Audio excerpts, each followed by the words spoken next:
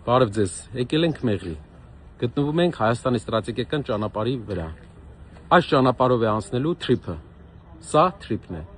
իսկ գիտեք սա ինչ է, սա արդեն Պարսկաստանն է, ընդամենը 30-40 մետրի վրա, դուք պատկերացեք մի իրավիճակ և ամերիկյան ընկերությունը կլինի այստեղ, իսկ պարսկական զինված ուժերը այստեղ, վերջի 1-2 ամսվա ընթացքում մենք տեսանք, որ Պարսկաստանը հարված հասցրեց ամերիկյան ռազմաբազաներին Իրաքում,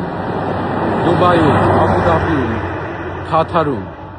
ինչ կլինի ապագայում, եթե նրանց հարաբերությունները սրվեն եւ այստեղ լինի միայն ամերիկյան ընկերություն։ Իհարկե, նրանք կոնֆլիկտի մեջ կմտնեն իրար հետ, Պարսկաստանը ամենայն հավանականությամբ կհարվածի բայց այս անգամ հեռահրթիռներով չի հարվածի, այլ 30 մետր է 40, ինքնաձիգով կհարվածի, հողաթափիկ էլ շպրտի կհասնի։ Դրա համար, երբ մենք ասում ենք մեր հայրենակիցներին,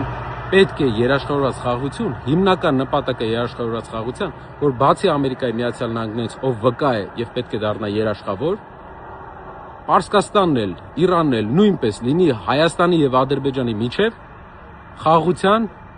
երաշխավորը, Հայաստանի տարածքային ամբողջականության երաշխավորը, մեկից ավել երաշխավորի նկատի ունենալով, մենք հենց այս ճանապարհի տրամաբանությունն ենք ձեզ պատմել, հարգելի հայրենակիցներ, ուրախ եմ, որ կարողացա ձեզ